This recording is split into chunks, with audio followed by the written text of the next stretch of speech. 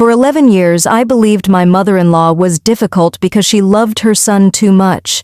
I told myself that every time she criticized my cooking, every time she questioned my decisions, every time she made a comment about the way I raised my children, and every time she smiled politely while making me feel like I didn't quite belong in my own family, I thought she was simply an overprotective mother.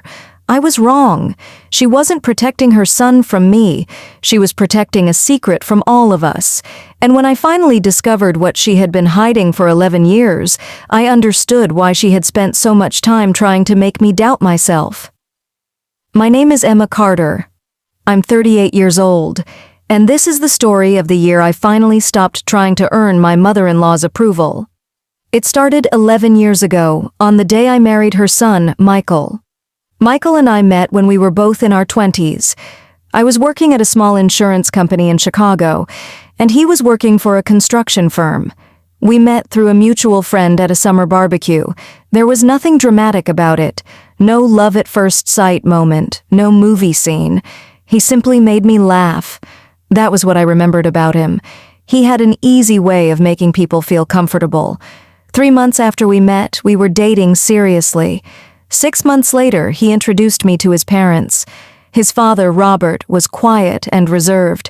His mother, Linda, was completely different. She was confident, organized, and extremely opinionated. The moment I met her, I knew she was evaluating me. She asked where I grew up, what my parents did, how much I earned, whether I planned to continue working after marriage, whether I wanted children. And then she asked me something that I didn't understand at the time. Do you know anything about Michael's financial situation? I laughed because I thought she was making conversation. No, not really. She looked at Michael, then back at me. That's probably something you should know before you get married. Michael immediately changed the subject. Later that night I asked him about it. He told me his family had some investments and property. Nothing unusual, he said. His parents owned several rental properties and had saved money over the years. I wasn't interested in his family's money. I had never dated Michael because of it. I told him that. He smiled and kissed my forehead. I know. That was enough for me.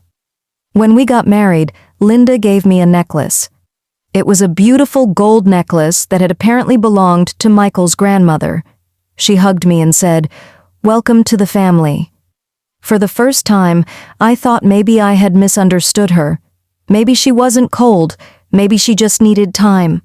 I spent the next 11 years trying to prove that I could be a good daughter-in-law. I visited her, I remembered her birthday, I brought food when she was sick, I called her on holidays. When she needed help with something, I helped. When Michael and I had our first child, Lily, Linda became even more involved in our lives. At first I appreciated it. She was helpful. She cooked meals. She babysat. She bought clothes for Lily. She was there whenever we needed her, but slowly something changed. Her help began to feel like control. If I bought Lily a certain type of food, Linda would say, "That's not what I would give her." If I chose a school activity, she would say, "Michael was never raised that way." If Lily got sick, Linda would immediately call me. "Did you take her to the doctor? Did you give her the medicine? Are you sure you're doing everything correctly?" I tried not to take it personally. Then, 4 years later, we had our son, Ethan. That's when things became worse. Linda started telling Michael that I was too focused on work. She told him the children needed a mother who was more available. She never said it directly to me. She said it to him, and that was important, because every disagreement between Michael and me eventually seemed to begin with something his mother had told him. I would ask him why he was upset. He would say, "My mom just thinks..." I started hearing that sentence all the time. "My mom just thinks you should..." "My mom just thinks we shouldn't." "My mom just thinks the kids..." I finally told him one evening, "Michael, I love your mother, but we're married. We need to make our own decisions." He looked exhausted. "I know. Then why does it always feel like she gets a vote?" He didn't answer. Instead, he hugged me. "I'm sorry." I thought that was the end of it. It wasn't. The first major warning came when Michael's father became ill. Robert had always been healthy. Then, at 63, he had a serious heart problem. Everything changed. Linda became his full-time caregiver. Michael spent more time at his parents' house. I took care of the kids. During those months, I didn't complain. I understood that family needed to come first. Robert eventually recovered enough to return home. But before he came home, he asked to speak to Michael privately. Michael later told me that his father wanted to make sure certain financial documents were in order. I didn't ask questions. I trusted them. A few months later, Robert died unexpectedly. His death devastated all of us, even Linda. For the first few weeks, I saw a different woman. She was vulnerable. She cried often. She called me late at night because she didn't want to be alone. I stayed with her. I cooked for her. I helped organize some of the paperwork, and during that time, I became closer to her than I had ever been. One night, she took my hand. "Emma," she said, "I know we've had our differences." I smiled. "We're family." She looked at me. "I want you to know something." "What?" "Everything I have is for Michael and the children." I thanked her. I didn't think much about it. But 2 years later, that sentence would come back to me. After Robert died, Michael became responsible for more of the family finances. There were rental properties, investments, a small commercial building. Nothing extravagant, but enough to make things complicated. Linda handled most of the paperwork. She told Michael she had everything under control. He trusted her. So did I. Then one afternoon, I found an envelope in our mailbox. It was addressed to Michael. The return address was a law office. I didn't open it. I left it on the kitchen counter. When Michael came home, I handed it to him. He opened it. His expression changed. "What is it?" He didn't answer immediately. "It's about Dad's estate." "Is something wrong?" "No." But his voice didn't sound convincing. He read the letter again, then he put it away. I asked, "What does it say?" "It's just paperwork." I didn't push. 3 days later, another letter arrived. This time, Michael wasn't home. It was from the same law office. I put it aside. That evening, I asked him about it. He became defensive. "Emma, I told you it's nothing." "Why are they sending 2 letters?" "I don't know." "Did you call them?" "Yes." "What did they say?" He looked at me. "Why are you interrogating me?" I was shocked. "I'm not interrogating you. I'm asking because you're acting strangely." He walked away. That night, we barely spoke. The next morning, I apologized. He did too. We moved on, or at least I thought we did. A few months later, Linda asked Michael to sign some documents. She said they were related to the rental properties. Michael signed them without reading every page. I didn't know about it until later. Then, one Saturday morning, I was cleaning our home office. I opened a drawer looking for printer paper. Inside was a folder. I recognized Michael's handwriting on the label. Estate. I wasn't looking for anything, but one paper had slipped halfway out of the folder. I saw my husband's name. Then I saw another name, Linda Carter, and a third name, Emma Carter, my name. I pulled out the document. It was a copy of an old trust agreement. I read it carefully. I didn't understand all the legal language, but I understood one thing. There was a family trust, and I was listed as a beneficiary under certain conditions. That surprised me. But then I saw something else. A handwritten note had been attached to the document. It said, "Do not discuss this with Emma until the property transfer is complete." My hands went cold. The handwriting looked like Linda's. I took a photograph of the note, then I put everything back exactly where I found it. I didn't tell Michael, not yet. I needed to understand what I had discovered. The following Monday, I took the document number to a lawyer. I didn't tell the lawyer the entire story. I simply said, "I need help understanding this." After reviewing the paperwork, the lawyer told me something that changed everything. The family trust had been created years before I met Michael. His father had placed several assets into it, but after Robert died, certain changes had been made, and those changes affected Michael. They also affected me. I asked, "Who made the changes?" The lawyer looked at the paperwork. "Your mother-in-law." "Could she do that?" "Under certain circumstances, yes." "Why would she?" The lawyer looked at me. "I can't tell you why." Then she asked, Does your husband know about these changes? I don't know. That was the problem. I didn't know what my husband knew. And suddenly, 11 years of memories started looking different. I remembered Linda insisting that Michael keep certain accounts separate. I remembered her telling us never to discuss family finances with anyone outside the family. I remembered her becoming angry when I suggested that we hire our own financial advisor. At the time, I thought she was simply controlling. Now I wondered whether she had been protecting something or hiding something. I decided to speak to Michael. That evening, after the children went to bed, I placed the photograph of the handwritten note on the table. Michael looked at it. His face changed. Where did you get this? In the office. He looked at me. Emma, did you know? He didn't answer. Michael, did you know there was a trust? Yes. Did you know my name was on it? He hesitated. Yes. I felt my stomach drop. How long? Since Dad died. Why didn't you tell me? I didn't know what it meant. You knew enough to hide it. I wasn't hiding it. Then what were you doing? He rubbed his face. My mom told me not to discuss it until everything was finalized. Finalized? She said there were legal complications. I stared at him. And you believed her? She's my mother. That sentence hurt. Not because he loved his mother, but because he trusted her without questioning her. I asked him about the handwritten note. He said he had never seen it. Then I asked about the law office letters. He admitted they were from the attorney handling the trust. Why didn't you tell me? I didn't think it mattered. I laughed sadly. It matters to me. Michael looked at me. I didn't want money to come between us, I answered quietly.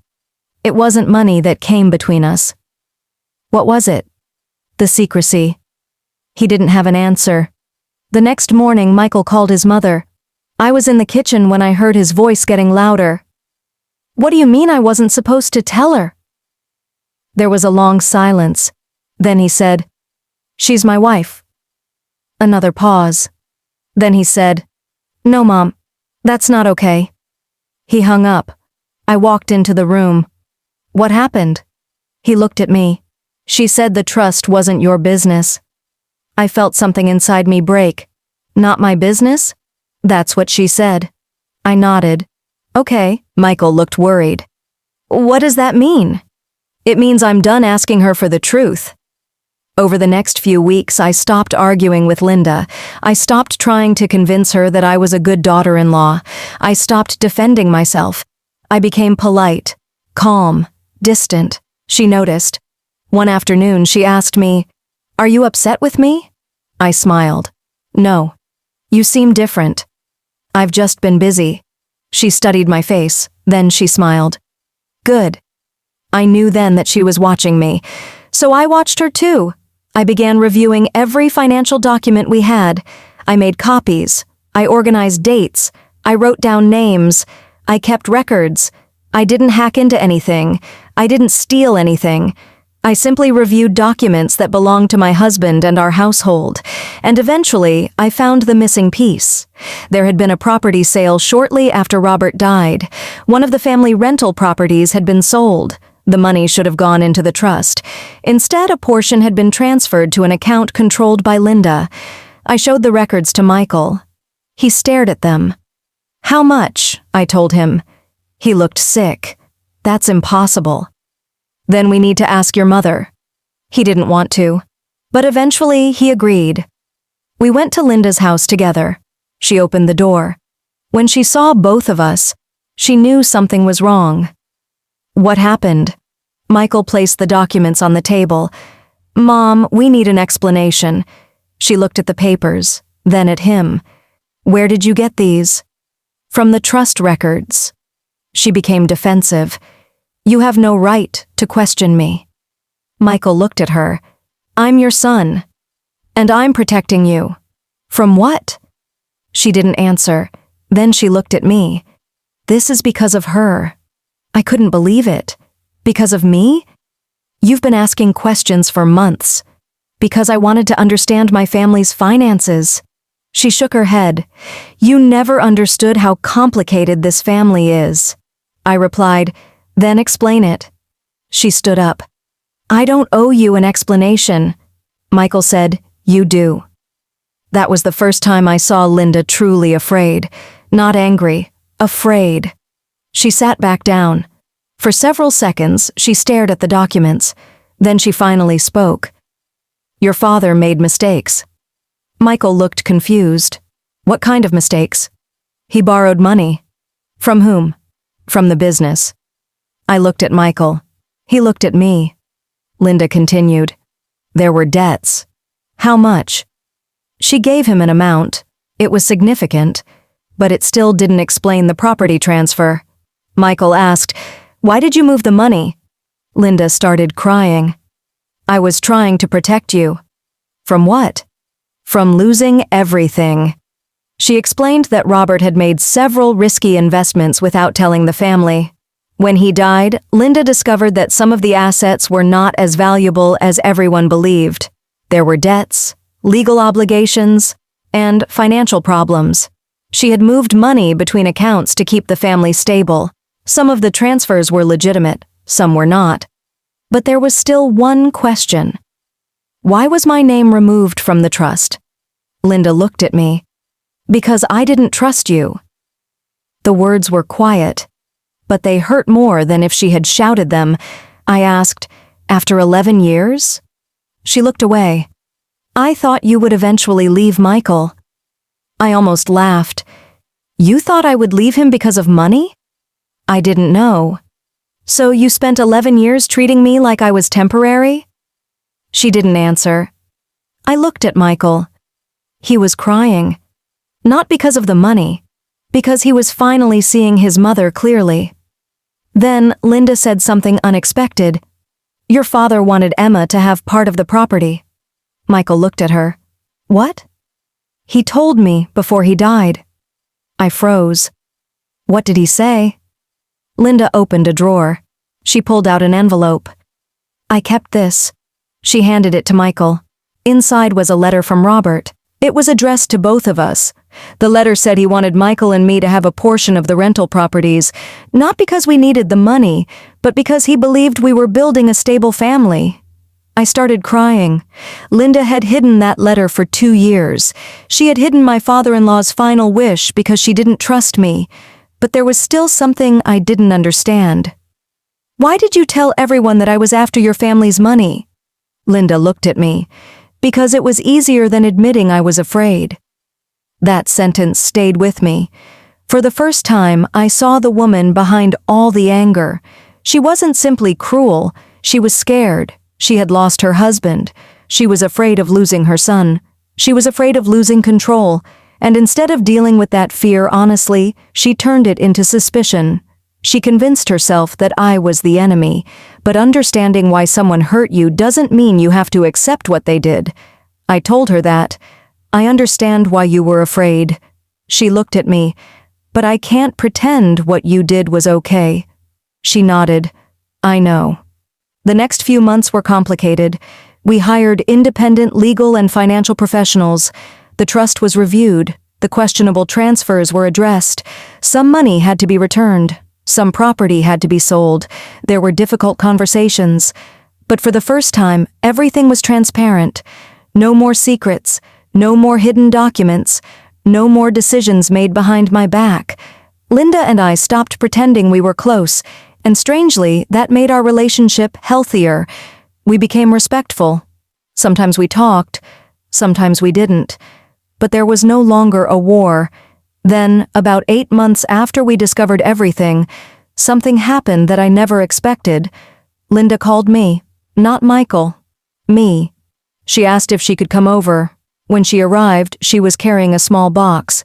She sat across from me. I want to give you something. She opened the box. Inside was the gold necklace she had given me on my wedding day, the same necklace she had taken back from me 2 years earlier. I had almost forgotten about it. She placed it in my hand. I was wrong to take this. I looked at her. Why did you? Because I was angry. She looked down. It belonged to Robert's mother. I told myself you didn't deserve it. I didn't know what to say. She continued. But I realized something. What? You were never the person I was fighting. I remained silent. I was fighting my own fear. Then she said something that I still remember. I spent 11 years trying to make you prove that you loved my son. She looked at me. And you spent 11 years proving it without ever asking for anything in return. I started crying, not because everything was suddenly fixed. It wasn't, but because sometimes an apology can reach a place that years of arguments never could. I put the necklace around my neck. Linda smiled. It looks better on you. I laughed through my tears. It always did. For the first time, she laughed too. Our relationship didn't become perfect after that. Real life doesn't work that way. We still disagreed. She still had opinions. I still had boundaries. But something important had changed. She no longer had control over my marriage, and I no longer needed her approval. A year later, Michael and I celebrated our 12th anniversary. The children were older. Our lives were calmer. We had our own financial plan, our own home, our own decisions. That evening, Michael and I sat outside after the kids went to bed. He looked at me and said, "I'm sorry." I knew exactly what he meant. For what? For not seeing it sooner. I smiled. You weren't the only one who didn't see it. He took my hand. Would you do anything differently? I thought about it. Then I said, I would have asked more questions. He nodded, and I would have trusted my instincts sooner. He kissed my hand. I'm glad you stayed. I looked at him. So am I. But there was something else I had learned. Staying doesn't mean tolerating everything. Forgiving doesn't mean forgetting, and family doesn't mean giving someone unlimited access to your life. Sometimes loving someone means creating boundaries. Sometimes protecting your marriage means saying no to the people who raised you. And sometimes the person you thought was your enemy is simply a frightened human being who made terrible choices.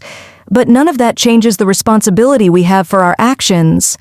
Linda spent 11 years believing I wanted her family's money. The truth was almost the opposite. I never wanted her money. I wanted her trust. I wanted to be treated like part of the family. I wanted my husband to believe me when I said something felt wrong. And most importantly, I wanted honesty.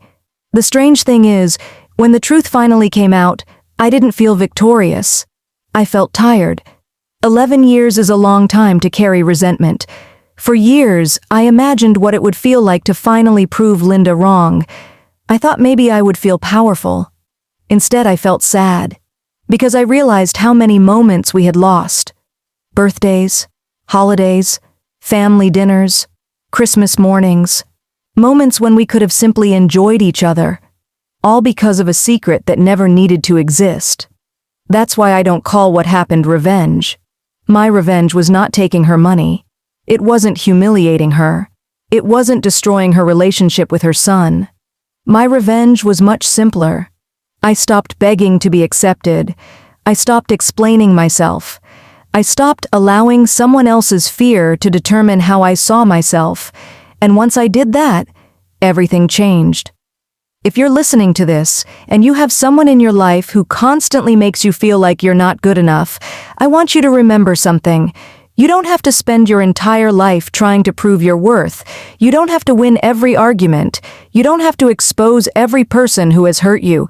Sometimes you simply need to step back, look at the facts, protect yourself, set boundaries, and let the truth speak when the time is right. Because the truth doesn't need anger. It doesn't need revenge. It doesn't need a dramatic speech. It only needs to be uncovered. 11 years ago, my mother-in-law looked at me and saw a woman she believed would eventually take something from her family. 11 years later, she finally understood that I had never come into her family to take anything. I came into her family because I loved her son. I raised 2 children with him. I built a home with him. I stood beside him through the death of his father. I stayed when life became difficult, and I never asked for the things she spent years trying to protect. I only asked for honesty. Today, Linda and I aren't best friends, and honestly, I don't think we ever will be, but we can sit at the same table, we can talk, we can laugh, we can celebrate the children. and we can respect each other's boundaries. Sometimes that's what healing looks like. Not forgetting, not pretending, just finally being able to breathe without carrying the weight of the past. I still have that gold necklace. I wear it once or twice a year, not because it represents money, not because it represents my mother-in-law, but because it reminds me of something much more important. People can misunderstand you, they can judge you, they can create stories about you that aren't true, they can even spend years trying to make you believe those stories yourself, but you know who you are. And if your intentions are honest, you don't need to destroy someone to prove it. Stay calm. Stay observant, protect your dignity, and when the truth finally comes out, let it stand on its own, because after 11 years of being treated like an outsider, I finally realized something. I was never the outsider. I was the one person in that family who had nothing to hide, and in the end, that was the only revenge I ever needed.